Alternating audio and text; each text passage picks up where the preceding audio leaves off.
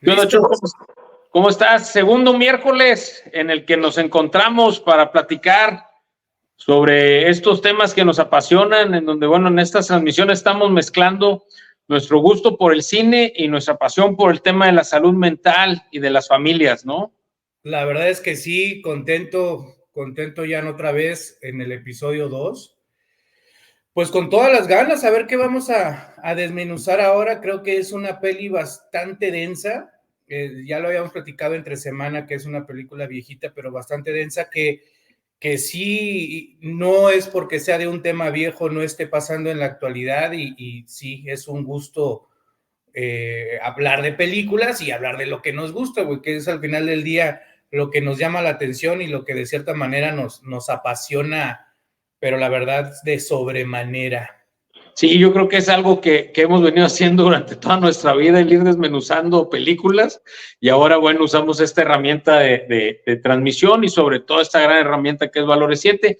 Y bueno, para todos nuestros amigos, para todas nuestras amigas, buenas noches, para quienes nos están viendo en vivo, y bueno, buenos días y buenas tardes para los que nos van a ver ya después de que haya pasado nuestra transmisión, a todos nuestros viewers, ¿no? Entonces, en esta ocasión vamos a desmenuzar esta película que se llama Los Límites del Silencio, con Andy García. En inglés es The Onset, ¿no? Lo no dicho prácticamente.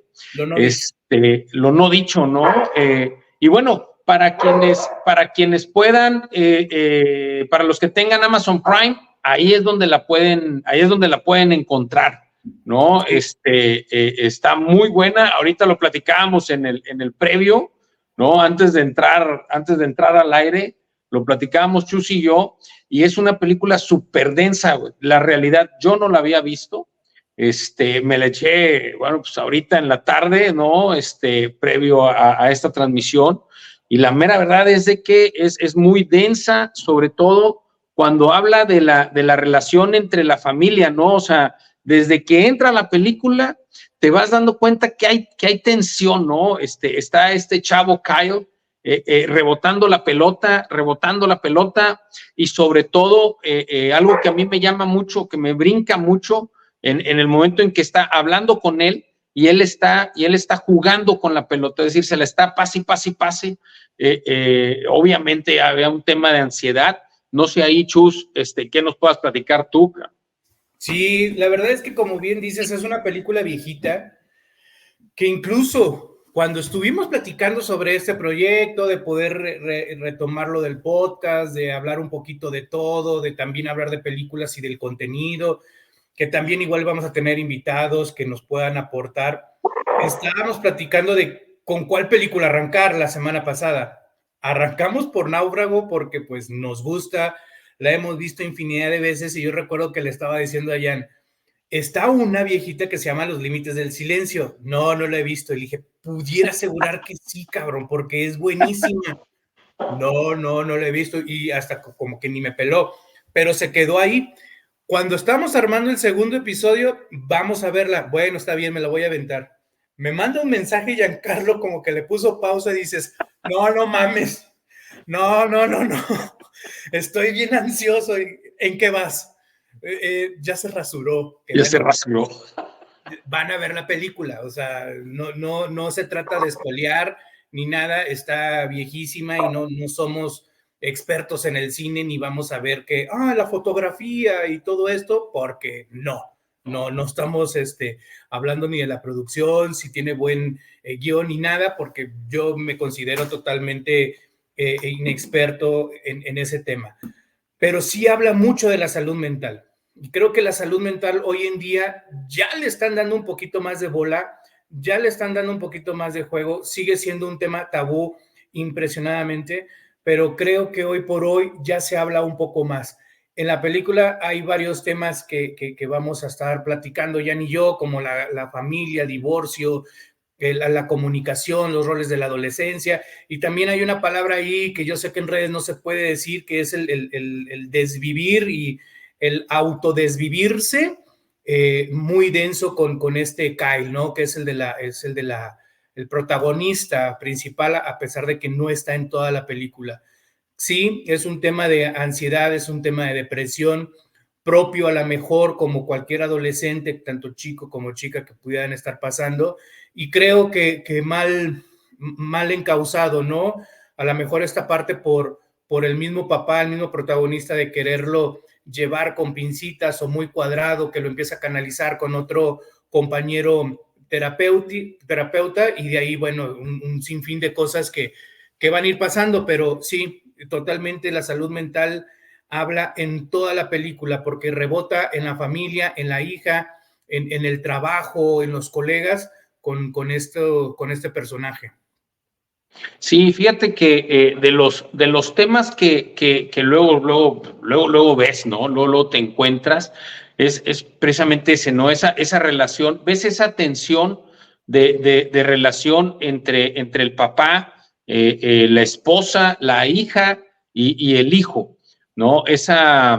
Para empezar, pues bueno, lo que vemos, ¿no? Es un hijo mayor en el que se le está pidiendo, en el momento en que arranca, en el que se le está pidiendo que vaya a un festejo, a una celebración, por ahí un evento donde una presentación que tiene la hermana, ¿no? Y la mamá lo primero que hace es recriminárselo. El papá es un psicoterapeuta, por lo que entiendo, y él, aun y cuando identifica ciertos rasgos de ansiedad, de depresión, de que hay algo que está sucediendo con su hijo, pues bueno, él no tiene la asertividad necesaria, es decir, ahí en la película nos van explicando cómo sí, efectivamente, se le solicitaba medicar a su hijo en ese momento, pero él no quería hacerlo. Y creo que aquí hay un punto bien importante, la película nos deja una reflexión muy importante en cuanto a la importancia que tenemos como papás, como mamás, de poder estar observando a nuestros hijos, a nuestras hijas, y no dar todo por sentado. Es decir, yo sé que en estos tiempos en donde las generaciones están en una constante lucha, hoy se habla mucho de los baby boomers, hoy se habla mucho de la generación X, de la generación Y, de la generación Z, de los centennials, de los millennials. Y bueno, pues sí, a las generaciones más mayores, pues les gusta hablar precisamente de esa hablar sobre el tema, no son muy fans en ocasiones de hablar sobre el tema de salud mental, ¿no? Y dan por sentado el que la gente tiene que ser resiliente o tiene que aguantar cualquier cosa que esté viviendo, ¿no? Es decir, pues bueno, yo creo que todos hemos escuchado por ahí a veces esa situación que se da con las generaciones en las que son mucho más perceptivas a lo que son la salud mental, a lo que son las emociones, a lo que es el que, bueno, te estén molestando en la escuela de una manera mucho más grave, ¿no? Ya ni sé si puedo decir bull o no, pero bueno, estas generaciones son mucho más objetivas, lo tienen mucho más identificado, ¿no? Pero sí, yo creo que esa película nos da una gran pauta para que papá y mamá estén mucho más atentos a sus hijos. Sobre todo, les voy a decir que me brinca mucho en esta parte de la película. El papá lo que dice es, él era un niño extraordinario, era un niño servicial, era un buen niño, era atento, era educado, y algo pasó en la adolescencia. Dice, entró en una depresión y no lo pude sacar hasta que, bueno, él pues comete este acto, ¿no? Entonces, sí es bien importante, creo yo, salvo lo que tú también opines, Chus, es que podamos estar atentos a nuestras hijas, a nuestros hijos y sobre todo poder detectar esos rasgos de ansiedad, esos rasgos de depresión en el camino de este ejercicio y de esta gran aventura que se llama Valores 7. Vamos a estar platicando con ustedes sobre todo esto, sobre esos rasgos, sobre cómo lo podemos identificar. A lo mejor tú nos puedes platicar, Chus, sobre esos rasgos de ansiedad y de depresión en un adolescente. Claro, mira, creo que das en el punto, pero también es un tema bien complejo porque si es la invitación obviamente a papás, a nosotros, de poder estar atentos a un adolescente, creo que hay una combinación o hay una ecuación que no se puede llevar y hay que tener en cuenta. Un adolescente serio, un adolescente callado, independientemente del tipo de personalidad, porque a lo mejor cierto es que a lo mejor una chica o un chico dice, bueno, yo soy más cohibido, yo soy más retraído y se vale y no pasa nada. Pero cuando un adolescente es muy callado, cuando se está encerrando, puertas cerradas, creo que es un mal semáforo o una lucecita ahí que nos puede estar indicando, no a lo mejor una super depresión, pero sí nos puede estar indicando que algo pasa. Creo que el interesarnos no nada más en el cómo va en el día a día, sino en cosas triviales, sino preguntarles cosas más profundas. Incluso estamos acostumbrados a preguntar cómo te fue, qué hiciste, y etcétera, etcétera. Pero también preguntar, hoy qué te hizo alegre, hoy con qué te reíste, hoy qué estuviste platicando, hoy en qué parte a lo mejor te frustraste y te enojaste y no pudiste hacer algo. Si eso lo empezamos a practicar desde niños, creo que se hace un hábito bastante saludable que un adolescente no lo va a ver normal, no lo va a ver anormal cuando un papá o una mamá se lo esté preguntando. Creo que cuadros de ansiedad o para no meternos a lo mejor en algo muy complejo, para que todos podamos estar en la misma sintonía, la ansiedad es un cúmulo de futuros inciertos y empiezo a futurizar y un exceso de futuro es si me va a pasar, si me va a decir, si se me voy a quedar sin dinero, si me dice que sí o me dice que no. Y también lo que le pasa a Kyle es una depresión muy profunda porque también es un exceso de pasado. Y en ese exceso de pasado es si yo hubiera dicho, si me hubiera quedado, si me hubiera ido, y un sinfín de pasados que no me están funcionando. Es bueno pensar en el pasado y es bueno pensar en el futuro. Cuando empieza a ser algo totalmente no saludable es cuando me quedo a vivir en el pasado y cuando me quedo a vivir en ese futuro, porque creo y siento que no tengo las herramientas suficientes para salir de ese pasado y mucho menos los escudos y las armas para poder enfrentar un futuro que es totalmente incierto en plena adolescencia, que como su nombre lo dice, pues adolece de esa esencia y de esas herramientas que van a ir adquiriendo el ser humano día a día, ¿no? Creo que si nos metemos un poquito más técnicos, todos tenemos ciertos neurotransmisores que de repente pues están pasando por un mal momento y necesitamos ese medicamento que decía el psiquiatra, ¿no? El psicoterapeuta. Hoy por hoy creo que crucificamos muchas veces un médico psiquiatra cuando es algo sumamente de ayuda, un medicamento. Creo que muchas veces decimos es que me voy a hacer adicto, no voy a dejar el medicamento.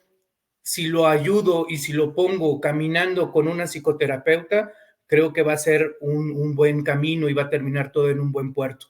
Pero necesitamos el uno y el otro. Cuando tenemos un déficit de salud mental, creo que necesitamos el acompañamiento de los dos. En casos no, me queda clarísimo, pero cuando se está detectando algo muy profundo, creo que es bastante necesario el acompañamiento, porque si no es como si alguien me empezara a suturar una herida, pero pues nada más estoy anestesiado y no me duele, pero sigo sangrando. Necesito el acompañamiento, necesito esa anestesia para que me deje de doler, pero también necesito a alguien que me ayude a sanar, que me ayude a cerrar esa cicatriz y que me ayude a cerrar esa herida para que deje de sangrar. Obviamente va a llegar un momento en que explota, o peor aún, que implota, y no veo más remedio que el autodesvivirse, ¿no? Digo, está medio raro la palabra, pero llega a ese punto. Pero sí, es algo lamentable que esté pasando eso. Y bueno, si nos vamos a las estadísticas, hoy en día la estadística es espantosa, ¿no? Cada vez hay personas más chicos y chicas que pasan con esta conducta.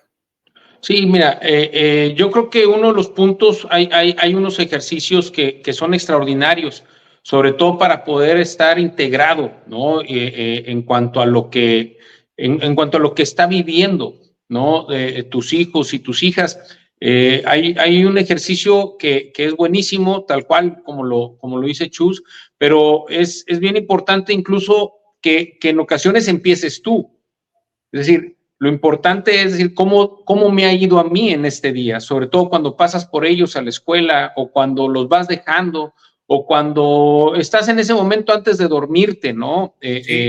Con ellos o cuando estás comiendo, que puedas platicar y empezar uno. En ocasiones uno como adulto pues tiende a no querer platicar las cosas, ¿no? O sea, ¿qué es lo que estoy viviendo? Fíjate que hoy en el trabajo me siento frustrado por esto, fíjate que me preocupé por este punto, y de ahí me interesa mucho retomar alguna vez en el libro de El poder de la hora, que es un libro que a mí me encanta, da una definición de estrés que me gusta mucho utilizarla, ¿no? Ahorita que hablabas que hablaban en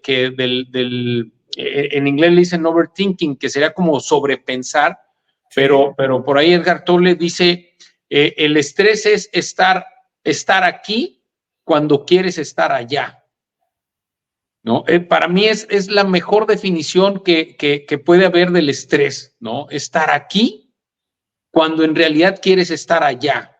Y en ocasiones el sobrepensar las cosas nos hace, hay una anécdota que me platicaron un día de Will Smith, en donde él habla mucho de esa angustia que en ocasiones generamos sobre hechos que todavía ni siquiera suceden, y es derivado de estar sobrepensando las cosas. Para no salir mucho del tema, se las platico bien rápido. Will Smith platica sobre... ¿Mande? Cuando habla del miedo. Cuando habla del miedo. Es más, tú me la platicaste, ¿no? Sí, sí, sí. Ah, pues dale tú, a ti te sale mejor, güey. Sí, es que es justo lo que tú dices. Digo, Will Smith en una conferencia o en una entrevista, no recuerdo muy bien, estaba platicando del miedo. Entonces, que estaba de vacaciones con unos amigos no sé, en el lugar que tú quieras, y estaban echando ahí trago, y ya medio puntos pedos y la chingada. Uno de ellos, ¿qué creen? Les tengo una sorpresa. Acabo de pagarles a todos un salto en paracaídas. Y todos como que, sí, bien. Y Will Smith por dentro así como que, al su pinche mal, no voy a poner cara de que no quiero, güey. Y desde ahí, desde esa cena que estaban tomando una copa, ya se la pasó mal. Ya se la empezó a pasar mal, ya estaba pensando en el otro día, ya estaba pensando en que no se quería aventar, ya estaba pensando en que no disfrutó. Terminaron la cena, se fue a su habitación, pasó una noche tremenda, dando vueltas y vueltas y vueltas y vueltas, amaneció pensando en diciendo, puta, ojalá que estén crudos y que no se levanten o que se les olvide. Pues bueno, pues ya sale de la habitación y no, ahí estaban las personas. Empiezan a irse rumbo a esta actividad de aventarse en paracaídas y diciendo y deseando que no volara, que no saliera la avioneta. Mal, pero realmente lo estaba pasando muy mal. Para no hacer el cuento muy largo, llegan a la avioneta, despegan, se para Will Smith con el instructor, están en el borde de la avioneta y se avientan. Al principio sintió todo este vacío, pero inmediatamente dijo que fue de las experiencias más maravillosas que había sentido, en donde sentía que podía volar y todo eso. Y la reflexión es lo que hace. Tuve miedo a lo mejor desde que me levanté hasta estar en la orilla de la avioneta, y fueron alrededor de 4 segundos. Ese miedo es totalmente válido, pero yo tuve miedo 18 horas o 14 horas antes, innecesario. Fue un miedo innecesario en donde no disfruté, dejé de disfrutar la cena, dejé de disfrutar la compañía, dejé de disfrutar la charla con mis amigos, no pude disfrutar mi hotel, no pude disfrutar el bien dormir, no pude disfrutar nada, cuando a lo mejor ese miedo se pudo haber traducido en 6 segundos, en 4 segundos, en donde me levanté con el instructor, el borde de la avioneta y me lancé. Entonces esa es la reflexión, lo que tú bien dices, ¿no? El estrés de poder estar ahí, incluso también se puede llegar a decir que es un exceso de presente. Estoy pensando muchas cosas en este momento, cuando me tengo que enfocar en lo que está pasando. Y hay una reflexión también muy interesante, en donde yo pongo mi mano agarrando el pasado, y yo pongo mi mano agarrando el futuro, así con esta posición que yo tengo, y en mi presente nada más estoy crucificado, porque tengo la postura como si estuviera crucificado, y estoy viviendo crucificado, porque estoy pensando en el pasado, estoy pensando en el futuro, y en el presente, pues realmente no estoy haciendo nada. Y el estar crucificado en mi presente, pues hace que no disfrute, que la esté cagando, que esté diciendo cosas que no quiero decir, que esté comprando cosas que ni siquiera quiero comprar y esté en lugares que ni siquiera quería estar, cuando me pierdo de muchísimas cosas. Ahora, eso me pasa a mí, eso a lo mejor le pasa a Giancarlo, eso le pasa a lo mejor a nuestros amigos. Sí, pero yo tengo casi 45 años, imagínate que le pasa a un adolescente. A un adolescente que tiene 12, 13 años, que todo su mundo es catastrófico por la misma esencia y por el mismo desarrollo que está teniendo. Y si yo no me doy cuenta, si yo de repente se me dificulta lidiar con eso, pues yo creo que un adolescente, un chico, una chica está potencializado, pero supera al millón, y es en donde nosotros también tenemos una responsabilidad, no una culpabilidad, una responsabilidad que hay que tener esos ojos abiertos para poder verlo de cierta manera, que también vamos a hablar de la culpabilidad, pero en sí esa es la historia de Will Smith, y es buenísimo. Sí. Y bueno, es precisamente sobre eso, ¿no? Sobre pensar las cosas, ¿no? Porque generalmente, algo que yo platico con mucha gente, cuando tocamos este tipo de temas, no sobrepensamos las cosas en positivo. No. Normalmente sobrepensamos las cosas en negativo, ¿no? O sea, sí. Siempre es, imaginamos las cosas como va a pasar lo malo, ¿no? Va a suceder lo que no queremos que suceda. Entonces, realmente para esa parte de la película para mí me significó mucho por esa situación, ¿no? O sea, es un tema de ansiedad, es un tema de depresión y que en ocasiones uno tiene que ser bastante objetivo para encontrar la verdad. Es algo que luego en ocasiones, bueno, pues en nuestros talleres lo manejamos mucho, ¿no, Chus? O sea, el ser objetivos con la verdad. Y sí. La verdad te puede gustar o te puede no gustar, pero no te puedes hacer ajeno a la verdad. O sea, algo que no podemos permitirnos como seres humanos es ser conscientes de la verdad, porque en ocasiones caemos en ese autoengaño, ¿no? Como el personaje de esta película, ¿no? Él lo que decía era, mi hijo no necesita medicamento. O sea, él se estaba extrayendo de la verdad, él no quería darse cuenta de la verdad. Y es de suma importancia para cada uno de nosotros poder encontrar realmente qué es lo que estoy viviendo, qué es lo que está pasando. Es decir, hacerte de datos objetivos y certeros, es decir, tener la información real, concreta, para poder tomar decisiones correctas. Y eso es de vital importancia, porque información errada, información equivocada, te va a llevar a tomar decisiones equivocadas de igual manera. Es decir, ¿por qué? Porque no estás, es algo tan común como veía hace poco, fíjense, la explicación de lo que sucede con el helicóptero de Kobe Bryant. Sí. ¿No? ¿Qué fue lo que pasó? El piloto tenía información equivocada. Entonces, él sentía que iba subiendo cuando en realidad va girando y va bajando, ¿no? Porque hay un punto en donde está tan nublado todo que él pierde el horizonte, se dice con el piloto, es decir, él tiene información equivocada y derivado de esa información equivocada, él toma la decisión de mover la palanca del helicóptero hacia un lado o hacia otro y en lo que él creía que estaba subiendo, en realidad estaba yendo a estrellarse. Entonces, sí. Creo que ese es el mejor ejemplo que podemos tener de cómo una información errada te va a llevar a tomar decisiones equivocadas. Tal es el caso del personaje de esta película que estamos analizando, Los límites del silencio, en donde él, pues como psicoterapeuta, él tenía información que le decía que su hijo tenía que ser medicado, pero él decide que no. Y de ahí entonces se genera, obviamente, cuando sucede este evento trágico, que híjole, la mera verdad, su mecha, ¿no? Cuando eres papá y ves eso, no, empiezas a angustiarte. Yo me pasé angustiado toda la película prácticamente. Ahorita estoy tratando de liberar parte del estrés aquí con Chus y con todos los demás, pero sí está todo intrincado, ¿no?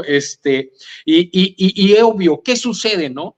Cuando pasa esto, esta situación adversa, este hecho tan terrible como es perder a un hijo, ¿qué es lo que sucede? ¿No? Se rompe. ¿Quién tuvo la culpa?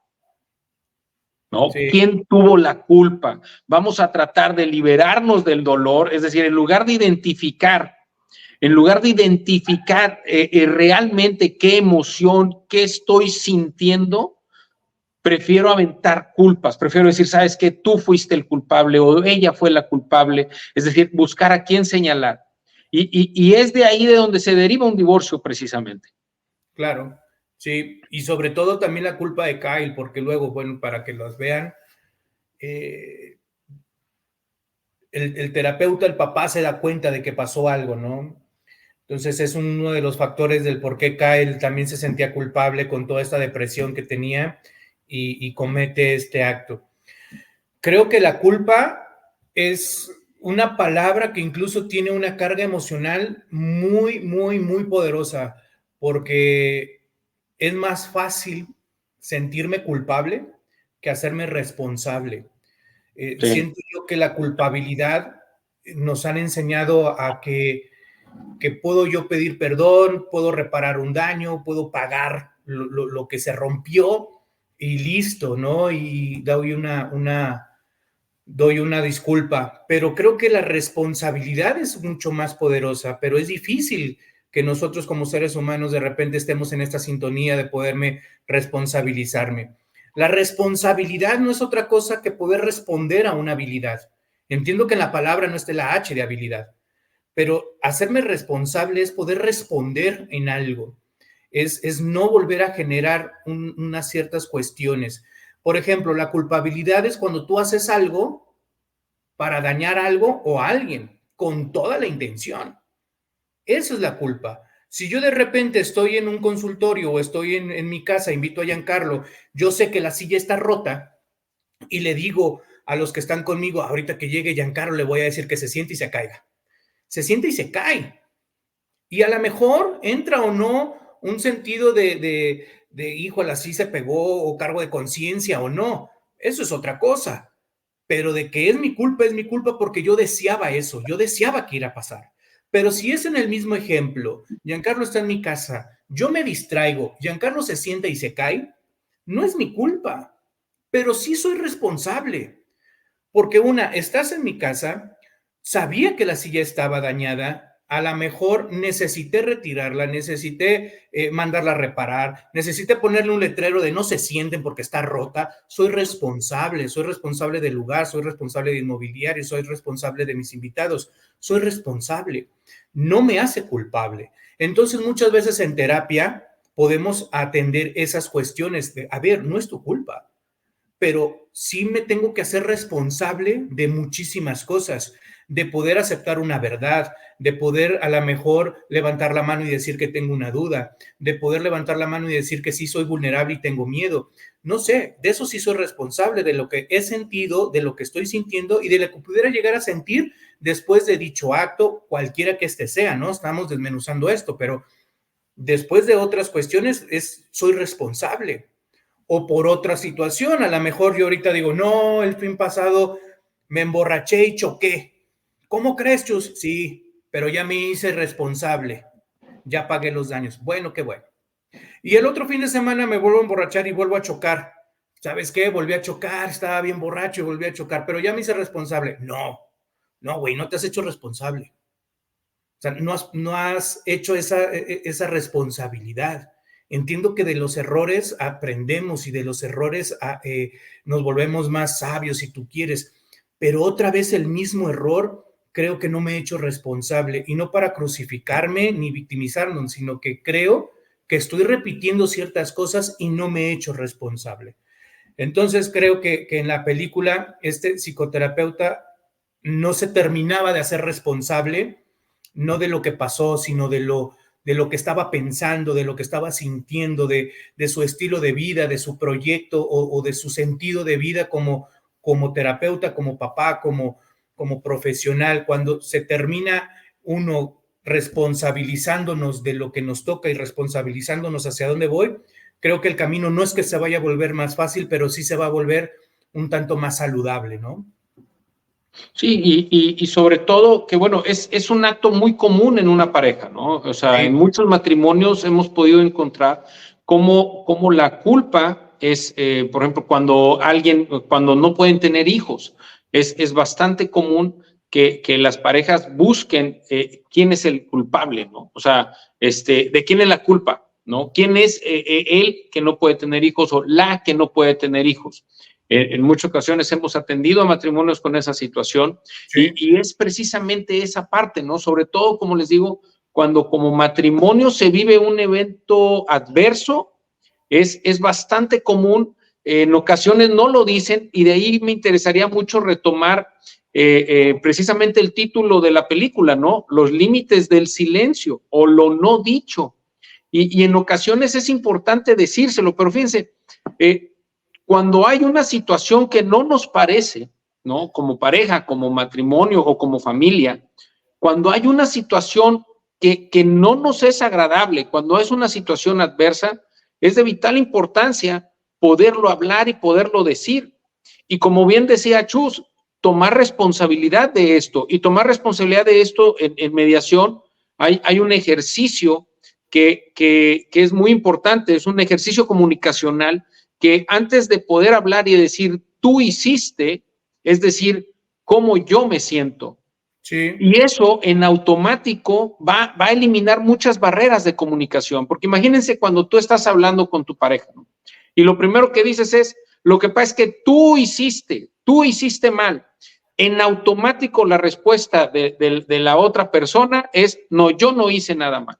Porque ¿a quién le gusta estar mal? ¿A quién le gusta que le digan estar equivocado? Y felizmente poder decir, no, sí, estoy muy equivocado. Claro que hay niveles de conversación en pareja en donde ya lo pueden decir, pero sobre todo algo que evitamos mucho en este tipo de discusiones o de argumentaciones en pareja es no tener la razón, porque cuando tú estás en ese tipo de discusiones, es de vital importancia tener la razón, porque si tú tienes la razón, entonces tienes la verdad. Y si tienes la verdad, entonces no estás equivocado. Y si tú no estás equivocado en una discusión de pareja, entonces el de enfrente es el que está equivocado. Claro. Pero en ocasiones los dos están equivocados o los dos pueden estar en lo correcto. En esta situación en donde este matrimonio sufre la pérdida de un hijo, fíjense cómo entre ellos dos empiezan a lanzarse la culpa. Hay una escena muy buena en donde en realidad hablan sobre el matrimonio, ellos ya están divorciados, y el papá, ¿no? El papá de este joven, le dicen, y bueno, ¿y qué? Y entonces se echaron la culpa, y él dice, no, ella me echó la culpa a mí, ¿no? Sí. Pero son cosas, y como les comento, cuando hemos hablado, cuando hemos tratado con matrimonios que están batallando para tener hijos, es de igual manera.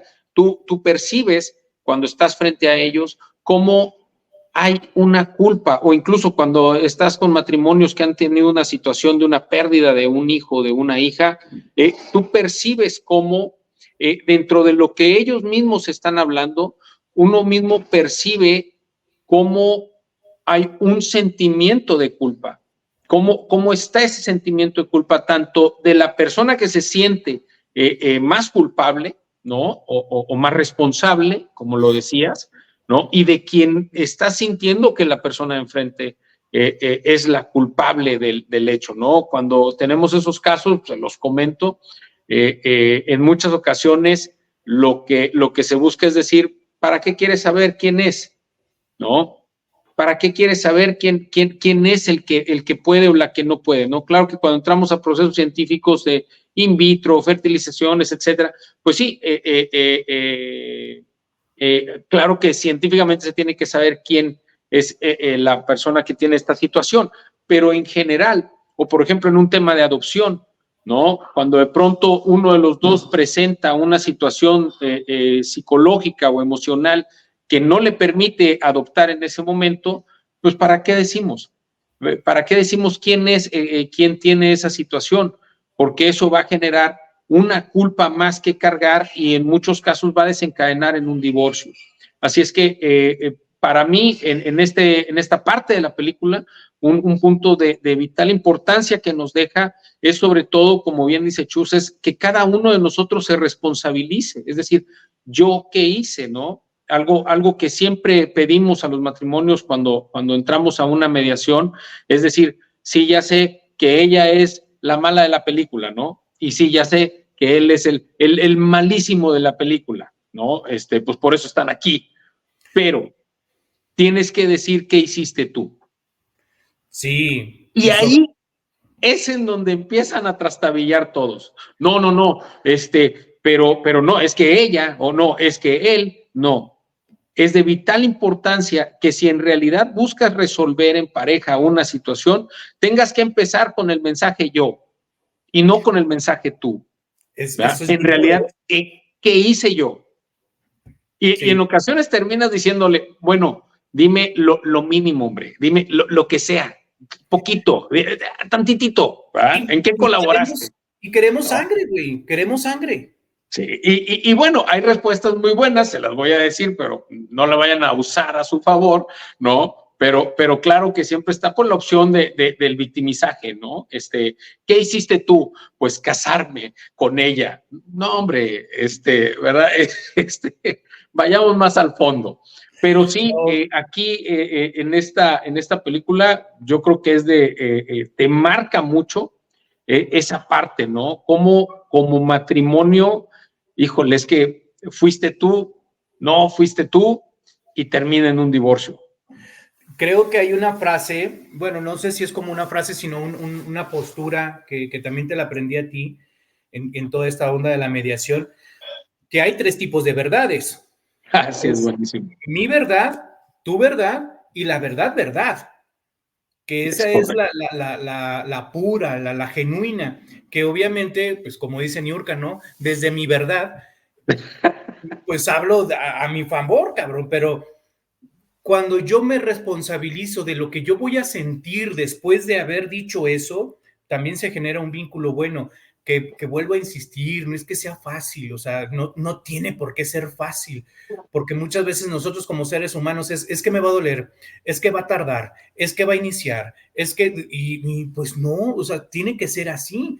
Tú dices algo muy bueno, tengo que empezar a decir qué fue lo que pasó o qué fue lo que hice y también, ¿por qué no empezar a reconocer qué es lo que dejé de hacer? Porque no nada más hice algo, sino también hubo algo o en algún momento que dejé de hacer ciertas cosas que normalmente las venía haciendo. Entonces, es un sinfín o es un cuento de nunca acabar, pero se tienen que tomar, se tienen que tomar esas decisiones y responsabilizarnos al 100%. Y volviendo en ese punto de la película, cuando pasa esta de la culpabilidad, a la persona que se llevan entre las patas, por así decirlo, es a la hija. Porque desde entrada el hermano no va a un festival de ella, se queda y se autodesvive. Toda la atención, si en sí estaba en Kai. Pasan estos 3 años o pasa un cierto de tiempo en donde sus padres ya se divorciaron por una cuestión del hermano, y cuando ella a lo mejor está en un punto de su vida que sigue siendo muy joven, de adolescentes, de los roles que está viviendo con amigos o con parejas, nuevamente por estas cuestiones que siguen rebotando en la hija, de que se empieza no a descarrilar, porque no es la palabra, sino a confundir más o a tener ciertos resentimientos, pero a diestra y siniestra, ¿no? Al grado de que cuando este chico, el que aparece de la película, pues le dice que vayan a la casa donde antes vivían, ¿no? En donde entran, recuerdan muchas cosas por el hermano que ya no está. Sí, esa es la parte, yo creo que es otro de los temas, ¿no? Cómo en ocasiones tendemos a cargarnos, a poner toda nuestra atención en algún elemento de nuestra familia, que creo que ese es un punto de reflexión, fíjate, porque en muchas ocasiones me ha tocado platicar pues bueno, con muchas personas en esta tarea, ¿no? De la mediación y de las relaciones entre familias. Y una pregunta que a mí me encanta siempre hacer es, ¿cuántos hermanos tienes? ¿O cuántas hermanas tienes? Sí. Y empiezas a ver cómo, ¿no? Pues siempre, ¿no? O normalmente el primogénito, ¿no? Esa personalidad rígida, el deber ser, ¿no? Lo que le llamamos luego, en ocasiones he podido leer, es la tarjeta de presentación de los papás, ¿no? Es en donde desencadenan todo el deber ser, ¿no? Usted tiene que ser de esta forma o de esta otra forma, ¿no? Y después viene el segundo, y después viene el tercero, y algo que siempre impresiona a muchos, ¿no? Sobre todo cuando tenemos más hermanos, cuando nos tocó ser el segundo o el tercero, ¿no? Que empezamos a platicar y de pronto me gusta preguntarles, ¿no? Y bueno, pues, ¿qué se siente usar las bachas de la ropa, ¿no? ¿A poco no te incomodó? Y ahí es en donde abren los ojos, o sea, es en donde entra precisamente el mensaje, y no lo digo por otra razón, sino porque en ocasiones para quienes como papás o como mamá, como papá o como mamá, podemos ser lo más normal del mundo, es decir, lo más normal en donde nosotros lo que hacemos es decir, pues es lo más normal del mundo, ¿no? Porque pues bueno, pues para ahorrar, porque aquí está esta ropa ya, pues para que no se eche a perder, para qué la voy a regalar, ¿no? Pero ese acto como papá y como mamá, para un hijo, para una hija que está recibiendo esa segunda vuelta, significa algo. Entonces, de ahí la importancia de poderlo explicar también. Yo sé que habrá muchos papás, muchas mamás de la vieja escuela que me digan, ay, pues es que con eso que ahora son muy delicados, pero no es que sean delicados, es precisamente con esos papás o mamás de la vieja escuela que he platicado, que les pregunto sobre esa relación de hermanos de cuando eran niños. Entonces, de ahí la importancia de poder explicar las razones, y volvemos al tema de la comunicación, de poder explicar el porqué de las cosas. Y en este caso de la película, pues claro que se puede notar cómo toda la atención se va hacia el hermano que ya no está. Y eso entonces genera una conducta en una parte de la película en donde la hija precisamente le dice al papá, le reclama al papá eso, ¿no? Y hay un punto que a mí me encanta y que es bien importante, sobre todo a la hora de que tenemos hijos adolescentes. Hay una palabra que a mí me encanta, tú, Chus, la utilizas mucho, la palabra reconocer. Sí. Y es de vital importancia, porque en ocasiones como papá, como mamá, no nos gusta reconocer. Y esa es una parte que a lo mejor incomoda a quienes nos están oyendo, a quienes nos están viendo, que son papás, que son mamás, sobre todo ese tipo de padres, madres rígidos, ¿no? Que usted haga eso porque lo digo yo. Pues y así tiene que ser, y no pregunte y dele, ¿no? Sí, es decir, no explico nada, no, simplemente porque lo digo yo. Y yo sé que les puede no gustar, pero es importante que lo tomen en cuenta, porque en la palabra reconocer, y algo que nos enseñó Chus en uno de nuestros talleres, es eso. Si tú escribes la palabra reconocer, se escribe igual al derecho que al revés.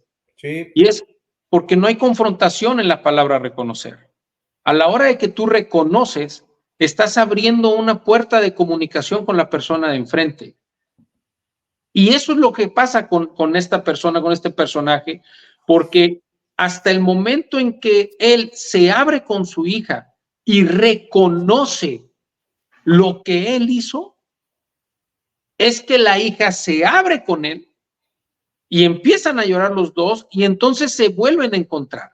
Sí, justo. Pero no es hasta que el papá se quita ese manto de perfección y dice, reconozco que la regué en esto, ¿no? Reconozco que te dejé atrás, reconozco que me centré en mí, reconozco que al perder a tu hermano solamente estaba pensando en él y te pido perdón.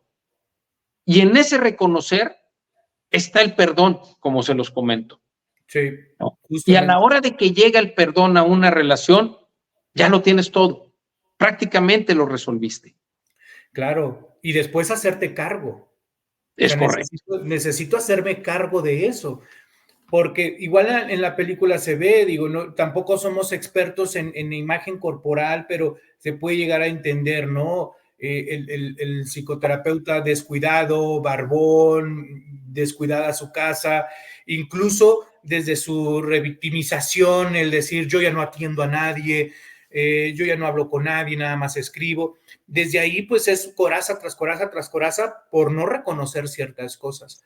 Ahora, yo también estoy convencido y siempre lo digo de ciertas maneras en la terapia o en los talleres que damos juntos, es poder utilizar las palabras acorde, porque sí retumban bastante fuerte adentro de nosotros.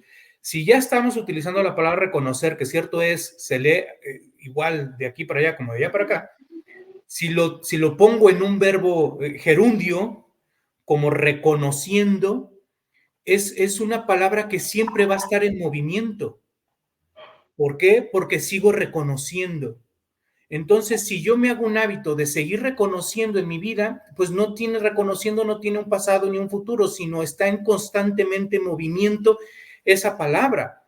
Por eso es analizando, por eso es disfrutando, por eso es conversando, porque son palabras que dentro de nosotros retumban de tal manera que están en constante movimiento, no se frenan, no se quedan atrás, no se adelantan y puedo estar en un constante reconocimiento y un constante analizando ciertas cuestiones. Ahora, en este reconocer, como bien lo dice Jan en la película, hay ciertos factores o ciertos puntos bien importantes que ver cuando uno se abre y reconoce.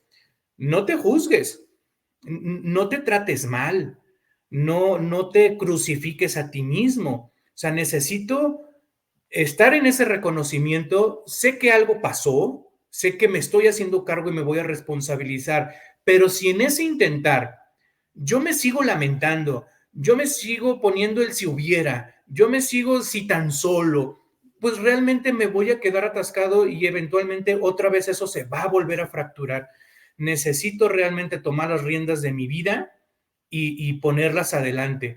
Y cuando yo le he dicho también a parejas, toma las riendas de tu vida, o sea, rehaz tu vida. No significa que te vuelvas a enamorar, que incluso sí se puede, pero no es como que yo le estoy incitando a que tenga otra pareja, sino tomar las riendas de tu vida y hacerte cargo de lo que te estás pasando, hacerte cargo de tu dolor, de tu tristeza, de tu alegría, de tu felicidad, de tu profesión, de tu día a día. El hazte cargo, porque es tuyo.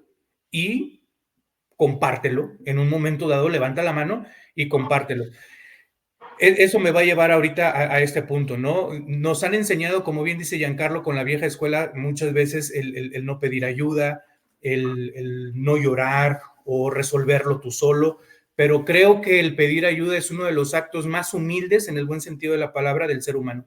Cuando yo reconozco que necesito algo y a alguien, creo que es fabuloso, porque también muestro mi vulnerabilidad ante una situación o ante una sociedad, el que siempre voy a necesitar el que me escuche, siempre voy a necesitar en esa palmadita, ¿por qué no? Sin convertirse a lo mejor en una abrazoterapia, ¿no? Pero sí en estas situaciones, en levantar la mano y decir, me está pasando por esto, no encuentro un camino y necesito otra vez encontrar esa valentía emocional para poder salir adelante, ¿no? Y cruzar la tormenta. Y después de que cruce la tormenta, pues obviamente no quedar atormentado, porque obviamente me va a sacudir, me va a quedar todo eso, pero no quedar atormentado porque si no vuelvo otra vez como el perro arrepentido, güey. Sí, sí, totalmente. Digo, yo creo que ahorita que mencionaba lo de que no juzgues, ¿no? Sobre todo, a mí me gusta leer mucho a Krishnamurti. Sí. O bueno, o verlo en YouTube, lo pueden encontrar en videos de YouTube también, digo, si no quieren comprar los libros, que son recopilaciones precisamente de esos videos.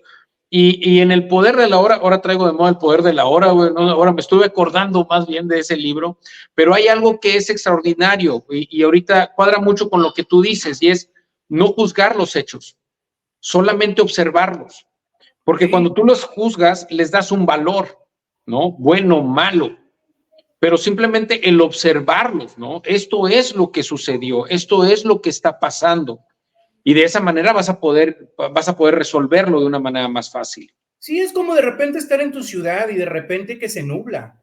O sea, tú puedes tener un día hermoso disfrutando y de repente se nubla toda la pinche ciudad y no es como que tú estés diciendo, chingada madre, ¿por qué se nubló? O sea, a ver, no vas a poder hacer nada. Deja que esa nube pase. Deja que esa nube pase, que a lo mejor va a tardar un día, 2 horas o día y medio en que se desnuble, por así decirlo, y haciendo la analogía de esas mismas nubes, son tus pensamientos. Van a pasar los pensamientos, te van a volver a nublar. Esos pensamientos te van a volver a atacar, van a llegar, déjalos que pase. No voy a estar todo a la defensiva y no debo de pensar en eso, piensa en otra cosa, distrae. O sea, sí funciona el arte terapia y disfrutar otras cosas, pero si llegan esos pensamientos, no me puedo subir al ring con esos pensamientos porque me van a volver a romper el hocico.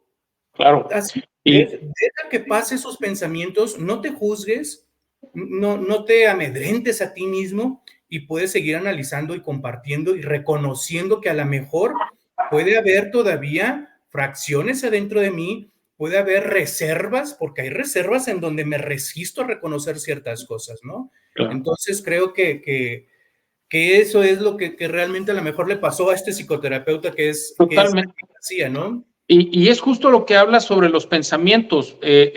Justo hoy en la mañana escuchaba, ¿no? En un podcast, cuando hablaba precisamente de los pensamientos, y hacían este juego de palabras de cómo nuestros pensamientos generan emociones. Sí. Y nuestras emociones generan acciones. Y nuestras acciones crean nuestra realidad. Entonces, fíjense cómo los pensamientos nos van a generar esas emociones nos van a llevar a ciertas acciones y las acciones son lo que crea nuestra realidad. Totalmente. Y entonces, fíjense cómo de una parte, de un simple pensamiento, nos vamos hasta nuestra realidad y así es como va funcionando y la verdad es que me hizo bastante clic porque es eso, ¿no? O sea, vas viendo la escalera, ¿no? Cómo tus pensamientos generan tus emociones generan tus acciones y las acciones te crean una realidad, ¿no? Entonces, cuando tú tienes un mal pensamiento, cuando tú vas juzgando y vas generando esos pensamientos negativos, vas generando esas emociones negativas, ¿no? Y eso te va a llevar a acciones negativas, te va a llevar a una depresión, te va a llevar a retraerte y en el momento en que te vas retrayendo, pues te va a generar más depresión. Y escuchamos en ocasiones sobre esas, sobre lo que es la positividad de las acciones, ¿no? De cómo la depresión nos va llevando a enclaustrarnos más. La depresión genera una inacción. Sí. Y hace poco escuchaba a una persona que se llama David Goggins y es una persona que a los 20 y tantos años tenía un problema de obesidad, no era, él mismo dice, no era una persona inteligente, pero él se decide a ser un Navy SEAL. Y ver las fotos y era una persona con su grado de obesidad, ¿no? Y entonces él lo empieza a hacer y él lo que dice es, tienes que aprender a retarte a ti mismo. Tienes que aprender a incomodarte para poder lograr lo que quieres, lo que realmente quieres hacer contigo. Eso de incomodidad es buenísimo. Y fíjate, para empezar a darle el cierre y darle ahí a los comentarios, porque nuestro señor productor ya nos dijo, me quedé con lo del pensamiento. Si tú agarras las 6 últimas letras de la palabra pensamiento, dice miento. Sí. Entonces, nos hace referencia a todas las palabras que terminan en miento, hacen referencia a que no se está generando dentro de mí, se está generando afuera de mí. Entonces es como estas nubes que van pasando. Tengo un pensamiento, pero es a raíz de algo que ya pasó y de un evento que yo viví. Y eso es lo que me liga y lo que me vincula nuevamente a eso y me vuelve a traer este caos y ese resentimiento y eso es lo que tú quieras, ¿no? Pero ese es algo que ya pasó. Entonces sí, la parte de incomodarme, de dejar que pase esa nube, como tú dices, de permitirme que me incomode, creo que es en donde sale algo totalmente nuevo y totalmente grandioso, ¿no? Oye, nos dicen que si hay preguntas, que demos chance, ¿no? O sea, que si hay algún comentario o algo. Para No cerrar. Sé si hay que las pueda poder, Pepito. Creo que son miles, pero por eso tardan en cargar. Pero vamos a escoger nada más 2. 2. 2 nada más. Ya apareció Roberto Náñez. Roberto Náñez, yo soy el ansioso. Sí, ya lo estamos tratando, ¿no? Ya, ahí va. A él y a su hermano. Sí. Raúl saludándote. Es un buen amigo. Un buen amigo, Raulito. No, Roberto, ánimo, Robert. Sí, va a llegar gente a su casa de Beto y buenos días, amigazo. Sí, sí, sí. Esperemos que no empiece con las preguntas de cuando transmitíamos en Instagram, ¿no? No, Que, sí, sí. que empezar. Ya le di ideas. Ahorita va a Sí, ya ahorita va empezar. a empezar a chingar, pero bueno. No, muy bien. Pues yo creo que esa es la parte, ¿no? Si no hubiera, no alcanzo a ver. Si no he visto esa película, pero ya la quiero ver. ¿Dónde la puedo ver? ¿Alguien En sabe? En Prime, Amazon Prime. en Amazon Prime. En Amazon Prime está ahí. Aviéntatela ahorita, pero sí No, está no, no, densa. no, no podemos compartir la liga, ¿verdad? Para que la bajen, eso no se No. puede. Eso no. De Nicasio Fonseca, excelente analizando el tema. La solución a todo conflicto inicia con la mayor disposición de las partes para Eso. ello, con la humildad y honestidad que lleve a reconocer errores, ¿cierto? Acciones u omisiones. Saludos y compartimos. La verdad es que sí es justo le da eso, el de estar en una tremenda honestidad para poder estar reconociendo algo. Eso es. Presente, Sara Ah, Gilliver, Sara. desde el Estado de México, la persona que más ama a los perritos. Ah, mira. Oye, Jan, vamos a Muy hacer bien. algo. En marzo tenemos una invitación que creo que es bien importante decir.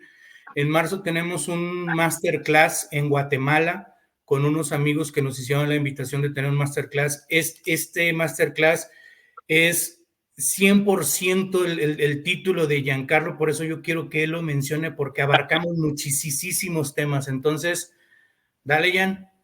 Pues miren, sí, la realidad es que muy contentos, Chus y yo, de muy pronto estar viendo ya resultados pues de esta gran aventura que estamos teniendo. Y bueno, para quienes nos estén viendo o escuchando en Guatemala, invitarlos a este masterclass que vamos a tener en marzo. Estamos esperando bien la ubicación, ¿no? Que se nos defina, pero el nombre que va a llevar este masterclass es La Revolución de las Familias. Y para nosotros es un tema importantísimo porque yo creo que nunca antes el concepto de familia había sufrido o había experimentado más bien tantas adecuaciones y tantas transformaciones. Y hoy en día llegamos a este punto en donde decimos, bueno, ¿qué me toca hacer? ¿Qué puedo hacer? ¿Por qué aún así no puedo sentirme de una manera plena cuando vivo en familia? ¿Qué es familia? Y para nosotros la revolución de las familias se fundamenta en dos pilares fundamentales. La familia son tus seres queridos y tus seres queridos se fundamentan en una acción principal, que es hacer que tu vida sea más fácil. Entonces, los invitamos a este movimiento porque, pues bueno, en esta ocasión es un masterclass, pero estamos arrancando este movimiento, este método, esta serie de talleres que van a llevar precisamente como título La Revolución de las Familias. Así es que los esperamos en todos los demás masterclass, talleres que vamos a empezar con esta gran aventura. Sí, creo que cuando estuvimos platicando Jan y yo y me dio el tema, creo que así como abarca realmente todo, porque no nada más es el inicio de una familia, ¿no? Como bien lo dice Giancarlo, o sea, la familia, todos tus seres queridos, la persona que está a punto de casarse, la que ya se casó, la que ya se divorció, la que ya se jubiló, si es viudo, si tiene hijos chiquitos, nietos, se fueron a la universidad, ya regresaron, y un sinfín de cosas que pasa en esta revolución y que se va cambiando dentro de la familia, ¿no? No es literalmente que la familia se haya levantado en armas y haya encendido las antorchas, que muchas veces pasa y aún así, bueno, como quiera, se van a tratar. Pero los buenos amigos, muy buenos amigos en Guatemala, creo que nos dan la oportunidad de poder estar allá, que están muy interesados en lo que nosotros hacemos, en lo que nosotros escribimos, en lo que ponemos gorro y estamos chingui en muchas cosas. Creo que es muy viable poder estar compartiendo eso allá y bueno, esperamos que sea la primera de muchísimas cosas fuera de México, ¿no? Fuera del ranchito. No, totalmente. Y bueno, pues lo más importante, creo yo, como mensaje final ya para cerrar, ¿no? Pues sí, disfrutar el viaje, creo yo. Si nos pudiéramos quedar con algo, pues es lo más importante, ¿no? Disfrutar el viaje, recordar, a mí me gusta mucho citar una parte de una canción de Aerosmith que dice, Life is a journey, not a destination. Dice, la vida es una jornada, es el camino, no un destino. Así es que Totalmente. hay una frase que a mí me gusta mucho decirle a mis amigos, a mis amigas, y que se las comparto a ustedes como amigos y amigas que son, disfruten el viaje. Y un mantra que traemos, que bueno, te lo comparto, Chus, para este 2024 es diviértanse. Vamos a Diviértanse. divertirnos, ¿no? Esta es la parte más importante, ¿no? Disfruta el viaje y diviértete. Así es, ahí estaba ahí estaba el banner. Gracias. Ahí vuelve a estar. Entonces ahí vamos a andar. Ahí lo vamos a estar compartiendo, ¿no? Sí, si tienen amigos en Guatemala, envíeselos. Si no tienen amigos en Guatemala, pues no lo compartan porque pues no va a ser aquí. Sí, pero si ustedes quieren que se haga eso aquí, pues también entonces sí compártenlo para poder hacerlo aquí. Jan, vámonos, Muy porque bien. tengo hambre. Sí, yo también. Así es que un abrazo a todos. Ya lo saben, diviértanse. Órale, bye bye. Bye bye.